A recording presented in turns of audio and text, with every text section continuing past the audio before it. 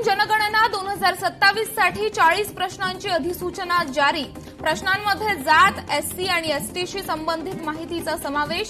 जनगणनेत जात, धर्म, मातृभाषा आणि शिक्षणाची माहिती घेतली जाणार। मनसेचं राजकारण यापुढे जेनझींसोबत घेऊन सुरू होणार। जेनझींवर फोकस करा आणि त्यांच्याशी संपर्क ठेवा। राज ठाकरेंच्या पदाधिकाऱ्यांना सूचना। राज ठाकरेंनी पुण्यात पदाधिकाऱ्यांशी संवाद साधला। चाकण एमआयडीसीतील खड्डेमय रस्ते आणि वाढत्या वाहतूक कोंडीमुळे उद्योजक त्रस्त। तब्बल 20 लघु उद्योजकांचा उद्योग अन्यत्र स्थलांतरित करण्याचा निर्णय। याच पार्श्वभूमीवर रोहित पवार यांनी चाकण एमआयडीसीला भेट देऊन कामगारांशी केली चर्चा। बंद होणाऱ्या 76% कंपन्या या डिफंक्ट होत्या। चाकणमधील 20 कंपन्यांच्या स्थलांतरणावर फडणवीसांचं शरद पवारांना उत्तर। शरद पवारांच्या राष्ट्रवादीचे नेते जयंत पाटलांचा ईश्वरपूर एसटी आगारात जेन अल्फाशी संवाद। राजमाता जिजाऊ या बसेसचं लोकार्पण करण्यासाठी दाखल झाले होते। मंडळ अधिकारी, तहसीलदार ते जिल्हाधिकाऱ्यांपर्यंतचे सर्व जमिनींचे महसुली दावे निकाली काढणार। महसूल विभागाचा आजवरचा सर्वात क्रांतिकारी निर्णय। मुख्यमंत्री देवेंद्र फडणवीस यांच्या सूचनेनंतर महसूल मंत्री चंद्रशेखर बावनकुळे यांचा मेगा प्लॅन।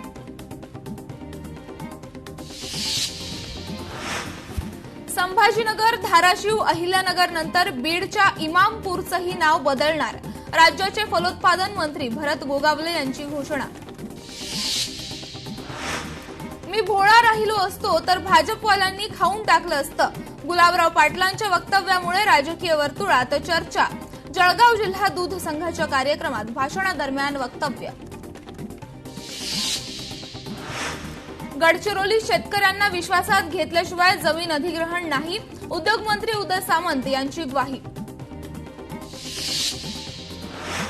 एसआयआरच्या पुढील नियोजनासाठी भाजपकडून विशेष तयारी। एसआयआर अभियानाच्या अनुषंगाने झालेली कामे आणि पुढील टप्प्याच्या नियोजनासाठी राज्यात विभागनिहाय 4 महत्त्वपूर्ण बैठकांचं आयोजन।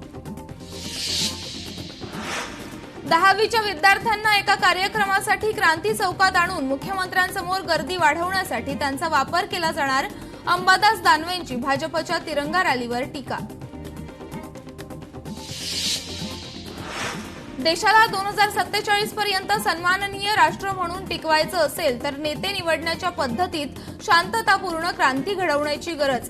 सोनम वांगचुक यांचे स्वातंत्र्य दिनाच्या पार्श्वभूमीवर आवाहन।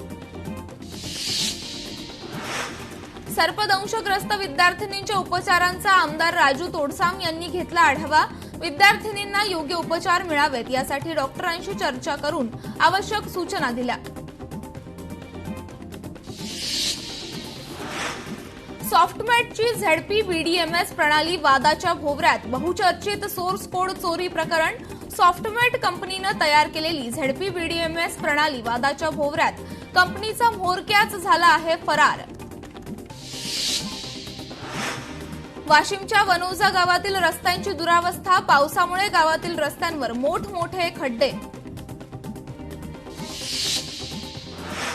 अमरावतीच्या एरंड गावामध्ये रस्त्यांची अवस्था बिकट। रस्त्यावर चिखल आणि खड्ड्यांमुळे नागरिकांना नाहक त्रास। सांगली महानगरपालिकेकडून स्वातंत्र्य दिनानिमित्त सायकल आणि ई बाईक रॅली। आयुक्त संजिता महापात्र यांच्या उपस्थितीत भर पावसामध्ये सायकल रॅली। भारत माता की जय, वंदे मातरम अशा घोषणा देत सांगलीकर सहभागी। चिखलातून शाळेची वाट। थर्डच्या चिमुकल्यांचा शिक्षणासाठी संघर्ष। रस्त्याची दुरावस्था दूर होऊन विद्यार्थ्यांना सुरक्षित मार्ग कधी मिळणार असा ग्रामस्थांकडून सवाल। रसाळगडाच्या निकृष्ट कामाची पुरातत्व विभागाकडून पाहणी। कोट्यवधींच्या कामाच्या दर्जावर उठले होते प्रश्न। निकृष्ट काम पुन्हा व्यवस्थित करण्याची कार्यवाही। किल्ले संवर्धनासाठी नव्या उपाययोजनांच्याही सूचना। जिल्हा शल्यचिकित्सक व जिल्हा आरोग्य अधिकाऱ्याचे तडकाफडकी निलंबन। 2 दिवसापूर्वी झालेल्या गर्भवती माता आणि तिच्या पोटातील बाळाच्या मृत्यू प्रकरणात राज्य शासनाची कारवाई। पुण्यातील एका आध्यात्मिक गुरूच्या व्हिडिओची सोशल मीडियावर चर्चा। उमेश तागुंदे नावाच्या गुरुचे पाय दुधाने धुवून ते दूध पिण्यास सांगत असल्याचा व्हिडिओ. पुण्यात धक्कादायक आणि संतापजनक प्रकार समोर. दैवी शक्ती प्राप्त असल्याचा दावा करत लहान मुलीचं लैंगिक शोषण केल्याचा आरोप. स्वप्नील लांडे हा बिबवेवाडीत राहत असून सध्या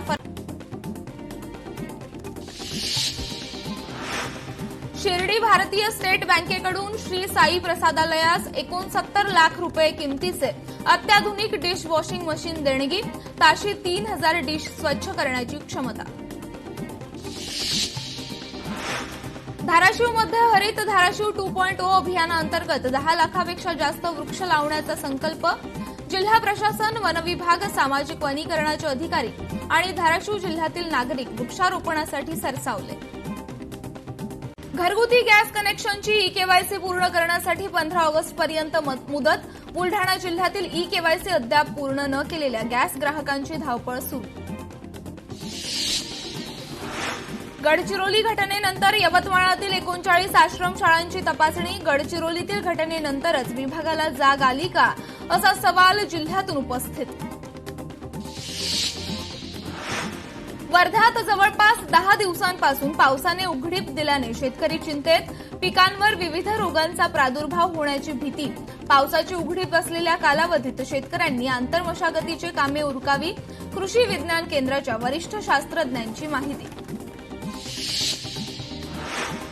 छत्रपती शिवाजी महाराज कोयना जलसागर धरणातून पाण्याचा विसर्ग वाढवला. धरणाचे 6ही दरवाजे दुसऱ्यांदा उघडले.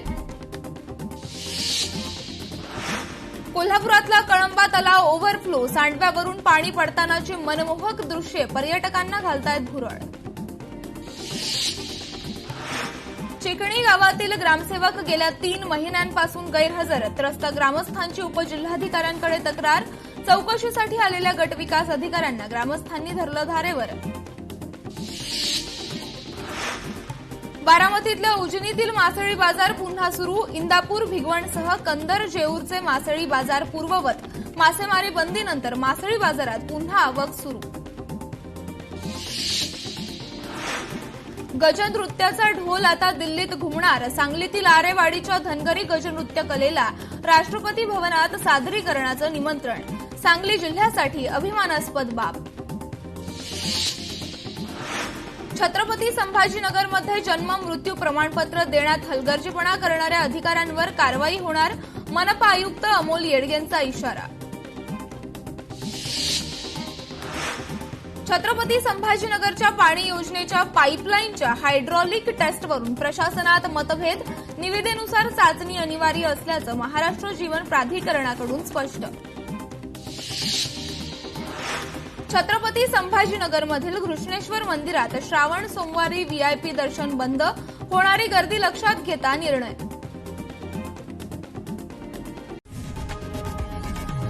लोकशाही मराठी ऐका, पहा, जागरूक रहा.